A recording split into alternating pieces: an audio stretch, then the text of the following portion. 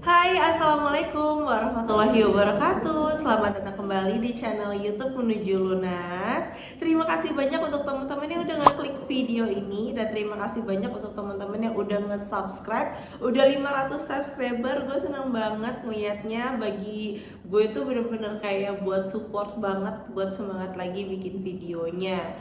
Oke, baru teman-teman untuk teman-teman yang baru ngeklik video ini, perkenalkan nama gue Ulan. Gue adalah sosok yang masih memiliki hutang dan gue pengen nge-share ke teman-teman keluh kesah gue, perjalanan gue sampai nanti hutang gue menjadi 0 rupiah. Kalau sekarang belum 0 rupiah ya guys, masih menuju lunas. Jadi doain aja semoga gue bisa menyelesaikan. Nah, di video sekarang gue kemarin sempat kayak ngubek-ngubek gerobok gue ya kan, lemari gue buat nyari buku ini, buku yang dulu sempet di tahun 2022 itu gue janjiin ke teman-teman gue pengen nge-share isi dari buku ini. Jadi kalau misalnya teman-teman emang itu buku apaan? Ini buku Merah Ajaib guys. Saking waktu itu gue pusing banget dan gue berusaha untuk mencari solusi, gue suka banget nonton MTR, Masyarakat Tanpa Riba. Jadi gue juga sampai beli buku di kalau nggak salah di webnya langsung untuk memesan buku ini ya. Pokoknya gue beli ini lah intinya ya kan, biar baca-baca untuk pengalaman hidup. Katanya ini adalah buku kunci. Jadi judulnya adalah Kesalahan-kesalahan Fatal Pengusaha Mengembangkan Bisnis dengan Utang, revisi ke-14 berdasarkan dalil dan kisah nyata. Buku merah ini telah dimiliki dan dibaca oleh para warga MTR sebagai langkah pertama sehingga mereka kini bisa lepas dari jeratan hutang yang miliaran. Wow, menarik banget ya. Jadi sebelum kita mengeluh kesahkan hidup ya, sini gue akan melanjutkan PR gue atau pengen nge-share isi dari buku ini. Lanjut ya. Gimana waktu itu? Gimana sih? Oke. Ada ya, pertama ini dari Bubai Nur Hairiri. Isinya gini ya, gue bacain aja ya. Saya memutuskan menghentikan kebiasaan berutang dan menggunakan utang riba untuk mengembangkan bisnis. Saya ingat seorang kiai bercerita tentang seorang sahabat Nabi yang punya tanggungan hutang. Dan tentang utangnya itu dia ditanya oleh Nabi kapan janjinya untuk melunasinya.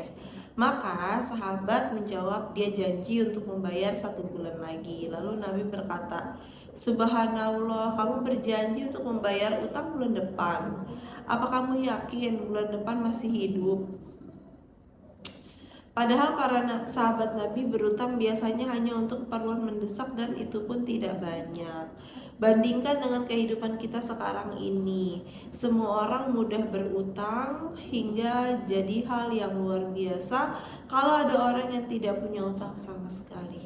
Nabi Muhammad SAW tidak mau mensolatkan jenazah sahabatnya ketika masih ada utang yang belum ia lunasi. Semoga menjadi renungan.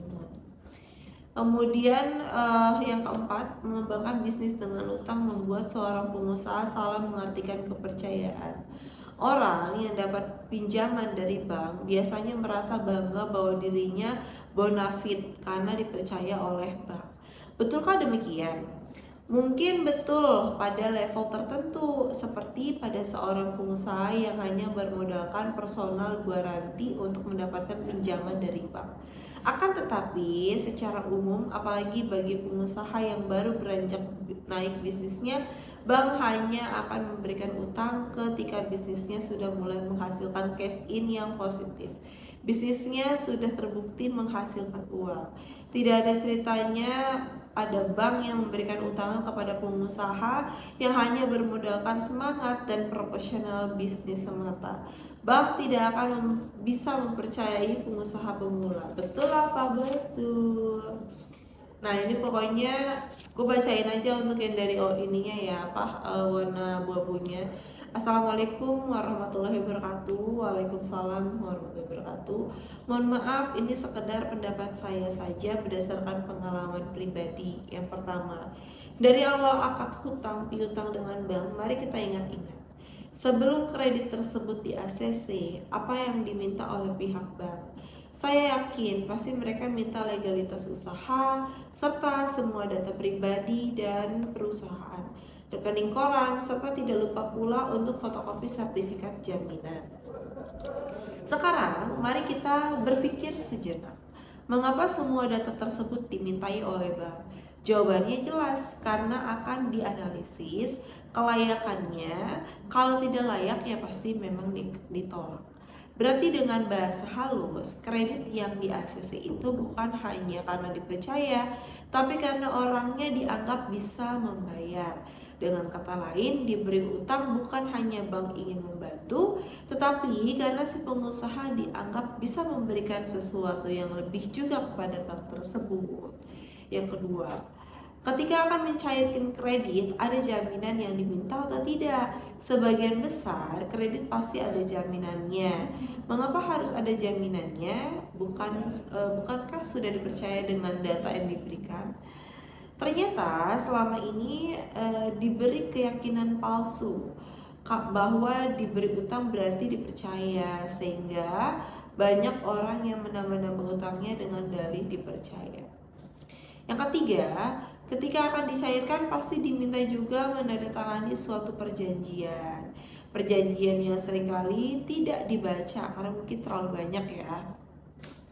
Karena pengusaha tidak mau ambil pusing, yang penting cair. Padahal isi dalam perjanjian tersebut luar biasa banget. Ternyata memberatkan nasabah. Kalau tidak percaya silakan dibaca-baca lagi yang masih punya dokumen perjanjian kredit dengan si bank. Yang keempat, salah satu isi dari perjanjian kredit tersebut bisa dipastikan selalu ada kata-kata yang pada intinya adalah mengeksekusi hak tanggungan apabila dinyatakan wan prestasi oleh bank. Kalau sudah begitu, bukan lagi masalah tolong-menolong pengusaha mengembangkan bisnis atau apapun, tetapi sudah berbau kezaliman karena pada sebagian besar persetujuan nilai kredit yang dikucurkan pasti di bawah nilai jaminannya. Oke, ini baru halaman 29 ya teman-teman. Ini by Winda dari Masyarakat Tanpa Riba Wilayah Jawa Tengah. Oke, jadi dari yang gue bacain untuk yang di sini tuh jadi adalah kutipan-kutipan dari masyarakat warga tanpa riba yang kondisinya sebelumnya sempat terjerat hutang, terus mencari solusi, mencari rekomendasi ataupun cari ilmu lah ya, biar kita secepatnya terlepas dari riba hutang. Dan banyak banget yang sudah berhasil walaupun utangnya puluhan juta, ratusan juta, bahkan miliaran yang sudah berjuang untuk bisa melunasi seluruh utangnya. Jadi waktu itu gue sempat beli buku ini sebenarnya karena memang kondisi di tahun 2022 itu gue bener-bener lagi down banget. Gue baca-baca buku, nonton-nonton YouTube, dan nemulah untuk YouTube Masyarakat Tanpa Riba. Dan juga gue akhirnya berani untuk tekad membeli buku ini karena dengan di buku ini gue bisa belajar banyak hal tentang hutang, banyak hal tentang pengalaman orang-orang lain yang juga mengalami hal yang sama. Jadi gue nantinya akan nge-sharing ke teman-teman apa sih isi dari buku merah ajaib ini. Mudah-mudahan dari sedikit yang gue jadiin video ini, kutipan-kutipannya bisa teman-teman dengarkan dan teman-teman juga bisa resapi di mana kita memang sudah tercebur banget di dunia riba, biar bisa segera keluar dan bisa melunasi utang-utang kita, ya Allah, amin.